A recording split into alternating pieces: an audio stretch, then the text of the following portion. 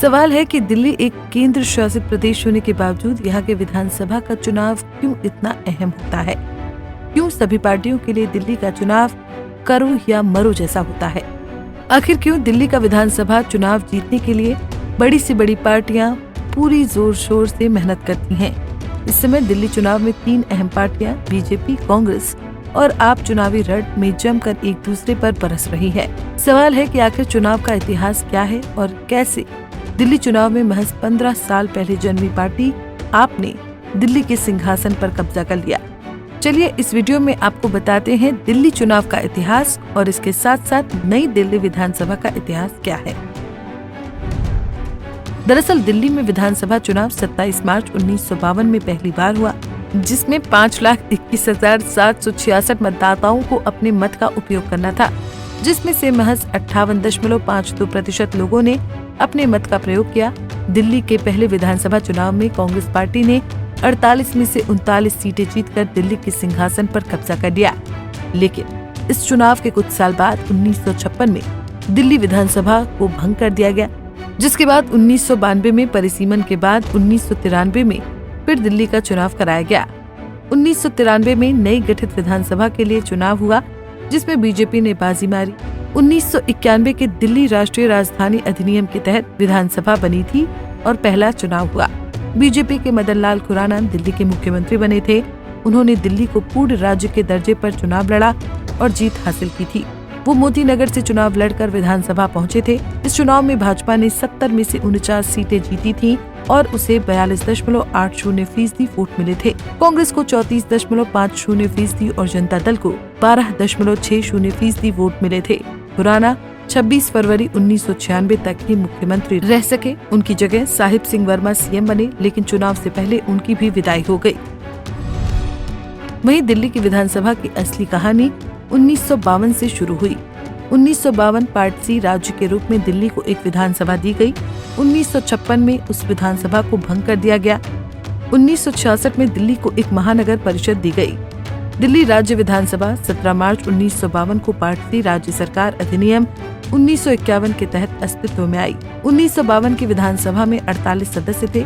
मुख्य आयुक्त को उनके कार्यों के निष्पादन में सहायता और सलाह देने के लिए एक मंत्री परिषद का प्रावधान था, जिसके संबंध में राज्य विधानसभा को कानून बनाने की शक्ति दी गई थी। राज्य पुनर्गठन आयोग 1955 की सिफारिशों के बाद दिल्ली 1 नवंबर 1956 से भाग सी वाला राज्य नहीं रही। दिल्ली विधानसभा और मंत्री परिषद को समाप्त कर दिया गया और दिल्ली राष्ट्रपति के प्रत्यक्ष प्रशासन के तहत केंद्र शासित प्रदेश बन गया। दिल्ली में एक लोकतांत्रिक व्यवस्था और उत्तरदायी प्रशासन की मांग उठने लगी। इसके बाद दिल्ली प्रशासन अधिनियम 1966 के तहत महानगर परिषद बनाई गई। ये एक सदनीय लोकतांत्रिक निकाय था, जिसमें 56 निर्वाचित सदस्य और 5 राष्ट्रपति द्वारा मनोनीत सदस्य होते थे। इसके बाद दिल्ली में विधानसभा की मांग उठती रही। 24 दिसंबर 1987 को भारत सरकार ने सरकारिया समिति, जिसे बाद में बाल कृष्णन समिति कहा गया, नियुक्त की।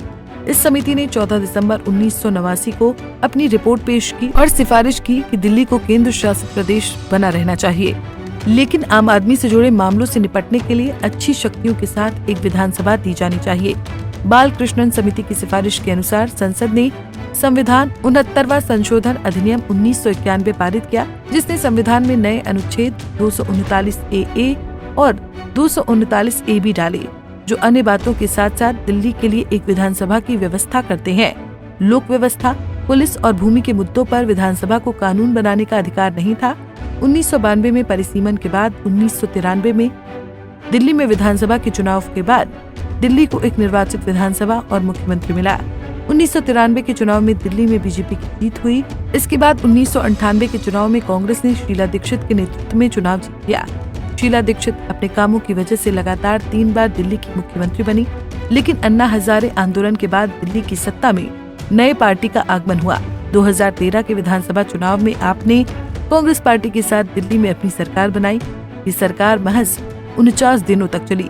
इसके बाद 2015 के विधानसभा चुनाव में आपने अपने दम पर दिल्ली में सरकार बनाई, जिसके बाद आज तक दिल्ली में आम आदमी पार्टी का ही राज है। दिल्ली में 2025 के चुनाव के लिए चुनावी बिगुल बज चुका है, जिसमें आपने पूरी ताकत झोंक दी है। दिल्ली चुनाव के लिए आम आदमी पार्टी के रास्ते में कई रोड़े हैं। वहीं अरविंद केजरीवाल की बात करें तो केजरीवाल के सामने बीजेपी से प्रवेश वर्मा, तो वहीं कांग्रेस से शीला दीक्षित के बेटे संदीप दीक्षित चुनावी मैदान में हैं। इस बार का दिल्ली विधानसभा चुनाव अरविंद केजरीवाल के लिए थोड़ी मुश्किलें पैदा कर सकता है, क्योंकि केजरीवाल के सामने ऐसे प्रत्याशी मैदान में हैं जिसके खानदान ने दिल्ली के सिंहासन पर राज किया है। अब देखना होगा कि दिल्ली के विधानसभा चुनाव में अरविंद केजरीवाल क्या नई दिल्ली विधानसभा सीट पर अपना परचम लहरा पाते हैं या नहीं, ये तो आने वाला वक्त बताएगा। Bureau report, Punjab Kesari TV. हमसे जुड़े रहने के लिए हमारे YouTube चैनल को सब्सक्राइब करें और नई वीडियो की नोटिफिकेशन के लिए बेल आइकॉन को दबाएं।